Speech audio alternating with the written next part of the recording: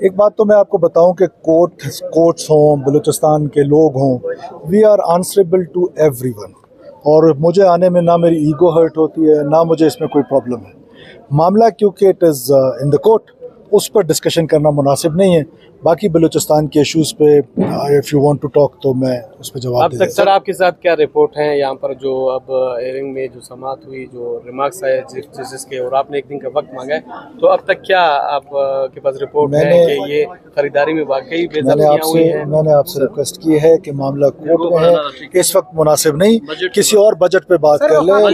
पेश हो रहा है बलूचिस्तान को ये शिकायत है कि उन्हें नजरअंदाज किया जा रहा है शोबे में, खासतौर से ज़राअत और मादनियात के शोबे में। क्या देखिए फेडरल गवर्नमेंट का बजट आ रहा है, हम NEC अटेंड करने गए थे, वहाँ पर हमने अपने बलूचिस्तान का केस, मैं पहले दिन से कह रहा हूँ कि फर्मली बट पोलाइटली हमने वहाँ पर अपना केस लड़ा है। कुछ हमारी ऐसी स्कीम्स थी जो ओमिट हुई थी, जिसमें हमारी साउथ बलूचिस्तान की बहुत सारी स्कीमें थी, जिसमें बाकी बलूचिस्तान की बहुत सारी स्कीमें थी, वो हमने दोबारा इंक्लूड कराई हैं। और जिस तरह आपने कहा है ग्रीन बस की भी हमारी फेडरल गवर्नमेंट से बात हो रही है। उन्होंने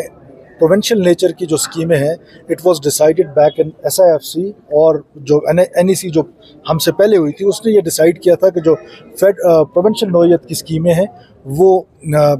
ओमिट होंगी, डिलीट होंगी। लेकिन काइंड ऑफ प्राइम मिनिस्टर और चेयरमैन बिलावल भुट्टो साहब का मैं शुक्रिया अदा करता हूँ, और वज़ीर-ए-आज़म का कि उन्होंने बलूचिस्तान के लिए ये शर्त ख़त्म कर दिया है, और बलूचिस्तान की काफ़ी स्कीमें जो हैं वो शामिल की गई हैं, उनके एलोकेशंस भी बढ़ाई गई हैं। हमारी जो मरकज़ से हमेशा शिकायत रही है वो यही रही है कि हमारी जो एलोकेशंस होती हैं वो बहुत थोड़ी होती हैं, वो 5% 10% होती हैं, उससे मोबिलाइजेशन भी कॉन्ट्रैक्टर की नहीं होती, और स्कीमें जो है वो फिर 60 साल में जाके कंप्लीट होती हैं। अल्हम्दुलिल्लाह इस दफ़ा हमने अपनी एलोकेशंस बढ़वाई हैं और हमारी स्कीमें अब टाइमली कंप्लीट होने की पोजीशन में। देखिए, बलूचिस्तान के बजट की प्रिपरेशन हो रही है, हम कोशिश कर रहे हैं कि उन फील्ड्स को ज़्यादा एड्रेस करें कि जिसमें आम बलूचिस्तानी जो है उसका फ़ायदा हो, आम बलूचिस्तानी को जो समर है वो मिले। आपको पता है फाइनेंशियल कंस्ट्रेन है, और फिर IMF का जो प्रोग्राम है वो आपको पाबंद करता है कि आपने सरप्लस बजट देना, और ऐसी सिचुएशन में बलूचिस्तान का जो बजट आना है, हमने जो फोकस करना है अपने रेवेन्यूज़ बढ़ाने में करना है, एजुकेशन में करना है, जो हमारा स्कॉलरशिप प्रोग्राम है उस पर करना है, फिर जो हमारा हेल्थ कार्ड है और हेल्थ फैसिलिटीज़ हैं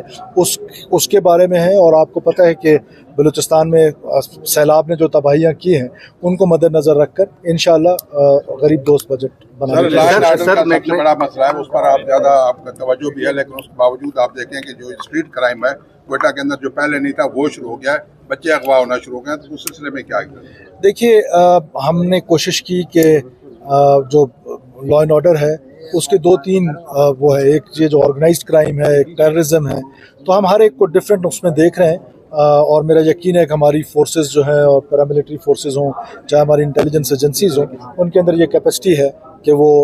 इस क्राइम को इंशाल्लाह रोकने में कामयाब हों। सर, मेरा सवाल किसी केस से मुतल्लिक नहीं, महकमा खुराक यानी 2013 से भी पहले कम देख रहे बहुत सी शिकायत सामने आ रही है। इस हवाले से क्या बलूचिस्तान गवर्नमेंट कोई खास ऐसे इनकलाबी इक़दाम उठाएगी ताकि आइंदा इस तरह के 67 रिफॉर्म्स का एजेंडा मैंने बनाया है, वो मैंने अपने तमाम मिनिस्टर्स को भेजा है, वो मैं आपके साथ भी शेयर कर लूँगा किसी प्रेस कॉन्फ्रेंस में, जिसमें ये तमाम चीज़ें एड्रेस की गई हैं कि ये रिफॉर्म्स जो लो हैंगिंग फ्रूट्स हैं हर डिपार्टमेंट के हैं, तो उसमें हम डिजिटलाइजेशन की तरफ जा रहे हैं और इस तरह की चीज़ें, तो वो टाइम फ्रेम के साथ हमने दी हुई है अपने मिनिस्टर्स को और सेक्रेटरीज को। तो लेट्स सी इंशाल्लाह 3 महीने 4 महीने बाद आपको कहीं ना कहीं चेंज नजर